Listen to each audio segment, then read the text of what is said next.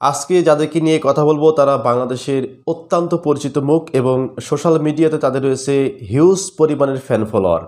তো আজকের ভিডিওতে দেখাবো যে এরা কি কারণে দেশ ছাড়া, অর্থাৎ এরা দেশে থাকতে পারেনি কেন। তার মধ্যে একজন উল্লেখযোগ্য ব্যক্তির নাম হচ্ছে আমাদের সকলের প্রিয় মিজানুর রহমান আজহারী, এবং ব্যক্তিগতভাবে আমারও একজন পছন্দের একজন হুজুর বা আলেম মিজানুর রহমান আজহারী। সরাসরি তার মাহফিলে উপস্থিত হয়ে তার ওয়াজ শোনার মতো সৌভাগ্য আমার হয়েছে। তো অনেকে মনে করেন যে মিজানুর রহমান আজহারী হয়তো উচ্চশিক্ষার জন্য মালয়েশিয়াতে গেছে বা পিএইচডি করার জন্য মালয়েশিয়াতে গেছে। তো আসলে কিন্তু এটা সঠিক নয়। মিজানুর রহমান আজহারীকে বাংলাদেশ থেকে চলে যেতে বাধ্য করা হয়েছে, যেটা স্পষ্ট করেছে রাশেদ খান মেনন। তিনি জাতীয় সংসদের একটি অধিবেশনে দাঁড়িয়ে স্পষ্টভাবে কিন্তু বলেছেন, আমি পত্রিকার একটা কাটিং দেখেছি, দৈনিক ইত্তেফাক পত্রিকার কাটিং, সেখানে স্পষ্টভাবে বলেছেন শরীয়ত বাউলকে আইসিটি আইনে গ্রেফতার করে জেলখানায় রাখা হয়েছে। ধর্মমন্ত্রী বলেছেন আজহারী জামাতের হয়ে কাজ করছেন, অথচ আইসিটি আইনে তাকে গ্রেফতার করা হয়নি, বরং তাকে নির্বিঘ্নে মালয়েশিয়ায় চলে যেতে দেওয়া হয়েছে। পয়েন্ট টু বি নোটেড, এইটি একটু ভালো করে লক্ষ্য করবেন। এখানে স্পষ্টভাবে কিন্তু বলা হয়েছে যে তাকে নির্বিঘ্নে মালয়েশিয়ায় চলে যেতে দেওয়া হয়েছে। তিনি কিন্তু যায়নি, তাকে চলে যেতে দেওয়া হয়েছে, এইটা রাশেদ খান মেনন কিন্তু স্পষ্ট করেছে। তো এখান থেকে আমরা আরও স্পষ্ট হতে পারলাম যে মিজানুর রহমান আজহারীকে চলে যেতে বাধ্য করা হয়েছে। এখন কি কারণে? এর কারণ হচ্ছে দুইটা। একটা হচ্ছে মিজানুর রহমান আজহারী যেরকম জনপ্রিয়, এবং তিনি কিন্তু একটা ওয়াজ মাহফিলে বলেছিলেন যে আল্লাহর পথে যারা কাজ করবে এরকম মানুষদেরকে নিয়ে একতাবদ্ধ বা একটা দল করার একটা ইঙ্গিত দিয়েছিলেন। তো যদিও তিনি ইসলামী দৃষ্টিকোণ থেকে মুসলমানদের একটা একতাবদ্ধ হওয়ার জন্য একটা বিষয় তিনি মাহফিলে বলেছিলেন, তো সেইটা হয়তো নেগেটিভভাবে উপস্থাপন করা হয়েছে। তো এই রাশেদ খান মেননের মতো মানুষ মনে করতে পারে যে মিজানুর রহমান আজহারী হয়তো একটা ইসলামিক দল খুলতে পারে বা গড়তে পারে। তো মিজানুর রহমান আজহারী যদি একটা ইসলামিক দল করে ফেলে, তাহলে আপনি জাসদের ইনো বলেন আর রাশেদ খান মেনন বলেন, এরা কিন্তু হারিয়ে যাবে। আর যদিও কিশোর থেকে শুরু করে কিশোর, যুবক, বৃদ্ধ সব বয়সের মানুষ কিন্তু মিজানুর রহমান আজহারীর ভক্ত বা তার ওয়াজ শুনতে কিন্তু অনেকটাই পছন্দ বোধ করে। তো তিনি যদি এরকম একটা দল করে ফেলতেন, তাহলে পারে কিন্তু প্রচুর জনপ্রিয়তা তিনি অর্জন করে ফেলতে পারতেন। তো এইরকম একটা আশঙ্কা হয়তো করেছে রাশেদ খান মেননদের মতো মানুষ, এবং তারা হয়তো সরকারকে ভুল বোঝানোর একটা চেষ্টা করেছে যে মিজানুর রহমান আজহারী একটা নতুন দল ওপেন করতে যাচ্ছে। আরেকটা কারণ হচ্ছে তিনি যেই দিন থেকে ওয়াজ মাহফিলে মাজার পূজারীদের বিরুদ্ধে বক্তব্য দিয়েছেন, সেই দিন থেকে কিন্তু এক শ্রেণীর ভণ্ড আলেম এই মিজানুর রহমান আজহারীর পিছনে লেগে গেছে, এবং তারা প্রশাসন বলেন, সরকার বলেন, মানে উচ্চপদস্থ যারা কর্মকর্তা আছে তাদেরকে নানাভাবে ভুল বুঝিয়ে মিজানুর রহমান আজহারীর বিরুদ্ধে কিন্তু খেপিয়ে তুলেছেন।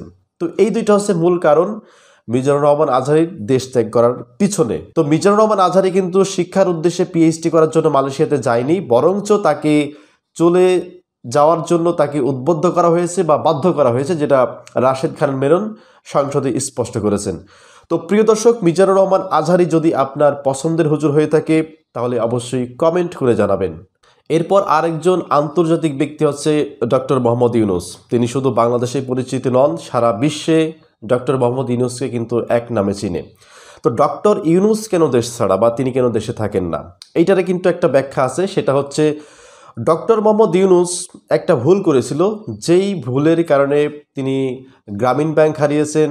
এই বিহীন বাংলাদেশে এখন তিনি থাকতে পারেন না, বা বাংলাদেশটাকে তিনি অনিরাপদ মনে করেন। তো ডক্টর মোহাম্মদ ইউনুস দেশে থাকতে পারে না বা তার বিরুদ্ধে এই যে একের পর এক মামলা হয়, তো তার একটা কারণ হচ্ছে বাংলাদেশে যখন 1/11 সৃষ্টি হয়েছিল, এই 1/11 সৃষ্টির পেছনে ডক্টর মোহাম্মদ ইউনুসের ভূমিকা ছিল। তো যার ফলে তিনি বর্তমান সরকার বলেন এবং সরকারের অন্যান্য মন্ত্রীরা বলেন, তাদের একটা ক্ষোভ কিন্তু আছে এই ডক্টর মোহাম্মদ ইউনুসের প্রতি। তো যার ফলে ডক্টর মোহাম্মদ ইউনুস বাংলাদেশে ঠিকঠাক মতো ব্যবসা পরিচালনা করতে পারে না বলতে গেলে, এবং তার বিরুদ্ধে যে একের পর এক মামলা দেওয়া হয় এবং বিশ্বের যারা বৈশ্বিক নেতা আছে তারা যে বিবৃতি দেয়, তো এই যে অবস্থাটা সৃষ্টি হয়েছে, এই অবস্থা সৃষ্টির পেছনে ওই 1/11ই দায়ী। তো 1/11 সরকারের সময় বা যখন সৃষ্টি হয়েছিল, এই টাইমটাতে যদি ডক্টর মোহাম্মদ ইউনুস নিরপেক্ষ অবস্থানে থাকতো, তাহলে হয়তো তার এই ক্রাইসিসটা তার উপরে আসতো না। তো সেই সময় তার একটা ভূমিকা ছিল, পদক্ষেপ ছিল, যার ফলে ডক্টর মোহাম্মদ ইউনুস বর্তমানে এরকমভাবে একটা হয়রানির শিকার হচ্ছে বলে অনেকে যেটা বলছেন। এরপরে আপনি স্ক্রিনে যাকে দেখতে পাচ্ছেন তিনি হলেন একজন জনপ্রিয় সাংবাদিক শাহিদ আলম। তিনি বাংলাদেশে যখন ছিলেন তিনি তখন চ্যানেল 24 এবং এনটিভিতে কিন্তু সাংবাদিকতা করতেন এবং অত্যন্ত সুনামের সাথে সাংবাদিকতা করতেন। বস্তুনিষ্ঠ সংবাদ তিনি পরিবেশনা করতেন। তো অনেক জনপ্রিয় ছিল কিন্তু তিনি যখন বাংলাদেশে ছিল। তো তিনি বর্তমানে এখন আমেরিকাতে অবস্থান করছে, অর্থাৎ বাংলাদেশ ছেড়ে তিনি চলে গেছেন। তো তিনি যদি বাংলাদেশে থাকতো হয়তো কয়েকটা মামলা তার উপরে দেওয়া হতো এবং ডিজিটাল অ্যাক্টও তার নামে মামলা হতো।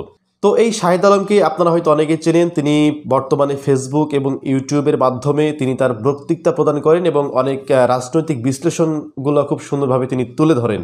তো এই শাহিদ আলম যে কারণে দেশ ছেড়েছে তার মধ্যে একটা উল্লেখযোগ্য পয়েন্ট আমি উপস্থাপনা করছি, যেটা আপনারা অনেকেই জানেন। তো তিনি যে কারণে দেশ ছাড়া তার মধ্যে একটা উল্লেখযোগ্য কারণ হচ্ছে 2014 সালে নির্বাচনে তিনি নারায়ণগঞ্জের একটা সেন্টারে কভার করতে গেছিলেন এবং সেখানে গিয়ে একজন পুলিশ অফিসারের সাক্ষাৎকার নিয়েছিলেন, যেই পুলিশ অফিসারকে থ্রেট করেছিল শামীম ওসমান, এবং তিনি সেই পুলিশ অফিসারের সাক্ষাৎকার নিয়ে তিনি সেটা চ্যানেল 24-এ প্রকাশ করে বা সেটা প্রকাশ হয়। তো এরপর থেকে শামীম ওসমানের প্রধান টার্গেটে চলে আসে এই শাহিদ আলম এবং সেই সাথে আরও যারা আছে তাদেরও একটা কুনজরে চলে আসে এই শাহিদ আলম। তো তারপর থেকে শাহিদ আলম অনুধাবন করতে পারলেন যে যেহেতু তিনি শামীম ওসমানের বিপক্ষে চলে গেছেন বা শামীম ওসমানের কুনজরে পড়ে গেছেন, সেই সাথে নৌকার কুনজরে পড়ে গেছেন, তো যার ফলে বাংলাদেশটা তার জন্য আর নিরাপদ না। তো এই ঘটনার পর থেকে খুব সম্ভবত 3 থেকে 4 মাসের পরেই তিনি বাংলাদেশ ত্যাগ করে মার্কিন যুক্তরাষ্ট্রে পাড়ি জমান। এরপরে আপনি স্ক্রিনে যাকে দেখতে পাচ্ছেন তিনি হলেন বর্তমান সময়ে সোশ্যাল মিডিয়ার একটি জনপ্রিয় মুখ, তিনি হচ্ছেন আরাব খান। তো আরাব খান বর্তমানে দুবাইয়ে বলতে গেলে হাজার কোটি টাকার মালিক, প্রচুর টাকা তার স্বর্ণের ব্যবসা আছে, মোবাইল ব্যবসা আছে, এর পাশাপাশি অনেক ব্যবসা আছে এবং বাংলাদেশ এবং ইন্ডিয়া থেকে অনেক নায়িক নায়িকা নিয়ে গিয়ে তিনি তার শোরুমের উদ্বোধন করায়। তো তিনি যে কারণে দেশ ছাড়া তার উল্লেখযোগ্য কারণ হচ্ছে তিনি বাংলাদেশে থাকাকালীন একজন পুলিশ অফিসারকে মার্ডার করেছিলেন। মানে মার্ডার করেছিলেন এরকম না, একটা পুলিশ অফিসার মার্ডার হয়েছিল এবং পুলিশ বাদী হয়ে মামলা হয় এবং সেখানে মামলার 3 নম্বর আসামি হচ্ছে এই আরাব খান। তো যার ফলে এই আরাব খান যখন যেহেতু পুলিশ বাদে একটি মামলা, তো তিনি তার 3 থেকে 4 মাসের মধ্যেই তিনি বাংলাদেশ থেকে প্রস্থান করেন এবং এখন তিনি দুবাইতে অবস্থান করছে। তার নামে বর্তমানে ওয়ারেন্ট জারি করা আছে। তিনি যদি কোনো ক্রমে বা কখনো এয়ারপোর্টে পা রাখার সঙ্গে সঙ্গে কিন্তু তিনি অ্যারেস্ট হবে। তো ওই মামলাটা ডিসমিস না হওয়া পর্যন্ত তিনি কিন্তু বাংলাদেশে কখনোই আসতে পারবেন না। তো প্রিয় দর্শক, এই আরাব খান সম্পর্কে যদি কোনো মন্তব্য থাকে তাহলে অবশ্যই কমেন্ট করে জানাবেন।